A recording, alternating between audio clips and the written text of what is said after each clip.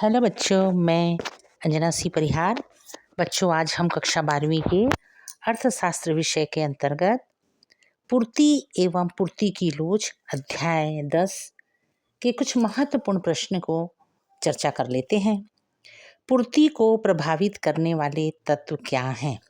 बच्चों, यहाँ पर इस अध्याय में बच्चे हमेशा कन्फ्यूज हो जाते हैं। यहाँ पे आता है प्रश्न की पूर्ति को प्रभावित करने वाले तत्व लिखिए, एवं कभी कभी आता है प्रश्न की पूर्ति की कीमत लोच को प्रभावित करने वाले कारक लिखिए। ध्यान रहे बच्चों, एक में है पूर्ति की कीमत लोच को प्रभावित करने वाले कारक और तो एक में है कि पूर्ति को प्रभावित करने वाले कारक। बच्चों, हमेशा बच्चे कंफ्यूज हो जाते हैं। ध्यान रहे, ये दोनों प्रश्न अलग हैं। और एक बात और मैं बच्चों को बताना चाहूँगी, जैसे कि कोई प्रश्न 2025 में आ गया है तो वो 26 में आने की संभावना उनकी बहुत ही कम रहती है। अतः 2025 में जितने क्वेश्चन आए हैं उनको छोड़ करके आप 2026 में या 24 में जो प्रश्न आए थे या 26 में जो आने की संभावनाएं हैं, अपने टीचर की सलाह से उन्हें आप पढ़ें। और ध्यान रहे बच्चों, हमेशा आप ब्लूप्रिंट से पढ़ें। ब्लूप्रिंट से आप पढ़ेंगे तो कभी भी आप सब्जेक्ट में फेल नहीं होंगे। ब्लूप्रिंट में जिस इकाई से यदि 1 है नंबर, तो आप उस इकाई का 1 ही पढ़िए।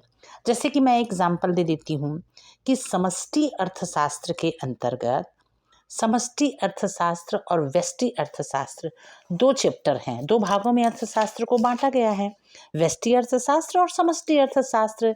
तो व्यष्टि अर्थशास्त्र भाग 1 में है बेटा। व्यष्टि अर्थशास्त्र और समष्टि अर्थशास्त्र दोनों क्वेश्चन एक ही बनते हैं। जैसे कि व्यष्टि अर्थशास्त्र क्या है, उसकी विशेषता क्या है, महत्व क्या है।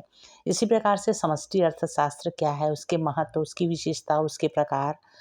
तो दोनों एक ही है, जरूर भाग को अलग कर दिया गया है, परंतु इसमें सिर्फ 4 नंबर के प्रश्न आते हैं। एक प्रश्न 4 नंबर का एक प्रश्न, वो भी अथवा में आते हैं बेटा। तो ध्यान रहे कि इसमें 4 नंबर के प्रश्न की तैयारी करना है आपको ब्लूप्रिंट के आधार पर। 1 नंबर के प्रश्न छोटे छोटे इसमें नहीं आते हैं। कोई बच्चा याद करता है कि समष्टि अर्थशास्त्र क्या है। वैसे हम लोग इस चैप्टर को आपको आपकी सुविधा, आपके नॉलेज के लिए पूरा पढ़ाते हैं बच्चे, ताकि आप बिल्कुल बारीकी से समझ सकें कि व्यष्टि अर्थशास्त्र क्या है और समष्टि अर्थशास्त्र क्या है। हम बताते हैं कि व्यष्टि अर्थशास्त्र माने व्यक्तिगत इकाइयों का अध्ययन और समष्टि अर्थशास्त्र संपूर्ण अर्थव्यवस्था का अध्ययन। पर ये प्रश्न नहीं आएगा।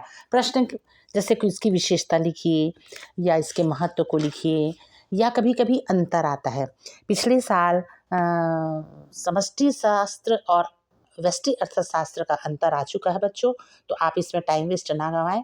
मैंने और एक वीडियो डाला है जिसमें आप में अंतर के बारे में बताई हूँ, और भी मैं आपको अंतर बताऊंगी, वो सब आ सकते हैं। समष्टि और व्यष्टि अर्थशास्त्र के आने की संभावना नहीं है, क्योंकि पिछले साल यह प्रश्न पूछा जा चुका है। तो कृपया ध्यान दें। मैं कभी गलत भी हो सकती हूँ, कभी कभी रिपीट कर देता है, पर चांस बहुत कम रहते हैं। इसलिए बच्चों कि आप लोग जो प्रश्न आ चुका है उस पर टाइम वेस्ट ना करके जो प्रश्न इम्पॉर्टेंट हैं उसको ब्लूप्रिंट के आधार पर ही पढ़ें। जिस चैप्टर से, जिस इकाई से, जिस यूनिट से जो प्रश्न आना है, जितने नंबर का प्रश्न आना है, कृपया आप उसी पर ही अपना फोकस करें और बेवजह आप छोटे छोटे प्रश्नों पर फोकस ना करें। आप देख लीजिए कि 1 नंबर का प्रश्न कौन सी यूनिट से आ रहा है, 2 नंबर का प्रश्न कितने प्रश्न 2 नंबर से आ रहे हैं कौन सी यूनिट में, उसी प्रकार से 3, 4, 6। ध्यान रहे बच्चों, 4 के बाद ऑप्शन रहता है। 4 क्वेश्चन रहते हैं। 6 नंबर के जो क्वेश्चन रहते हैं इसमें अथवा रहता है। अथवा तो आप निश्चित रूप से बहुत ध्यान से इसको सॉल्व करें।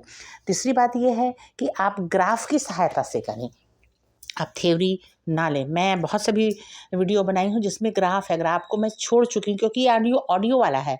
तो जब ऑडियो से हट करके हम बनाएंगे वीडियो, तो उसमें हम आपको ग्राफ और मैथ्स दोनों बताएंगे। बच्चों ध्यान रहे, राष्ट्रीय आय के बारे में बड़े प्रश्न आते हैं, 4 नंबर के गणित आता है उसमें। और ध्यान रहे कि जो गणित आपके बुक में है उसी में से उठा करके, उसी पैटर्न से उठा करके दे देता है कि सकल घरेलू उत्पाद ज्ञात कीजिए, सकल सकल राष्ट्रीय अनुपात ज्ञात कीजिए। तो ये छोटे छोटे से प्रश्न आते हैं, आप बहुत बारीकी से देखिए कि क्या चीज़ घिसावट है, जैसे उसको हम हमेशा घटाते हैं, और आयात को हमेशा आप घटाते हैं, निर्यात को हम जोड़ते हैं। तो ये जोड़ना और घटाने वाला ही यहाँ तक सीमित है मैथ्स में। तो कृपया आप ऐसे हल करें कि आपको पूरा पूरा नंबर मिले। ये मैं आपको बोर्ड के लिए थोड़ा सा गाइडलाइन दी हूँ, और बार बार निवेदन है कि आप सिर्फ ब्लूप्रिंट से पढ़ें। ब्लूप्रिंट आपका आईना है, आप इस आईने को देखते हुए पढ़ें, निश्चित रूप से अच्छे नंबर से पाएंगे। बेस्ट ऑफ लक बच्चों।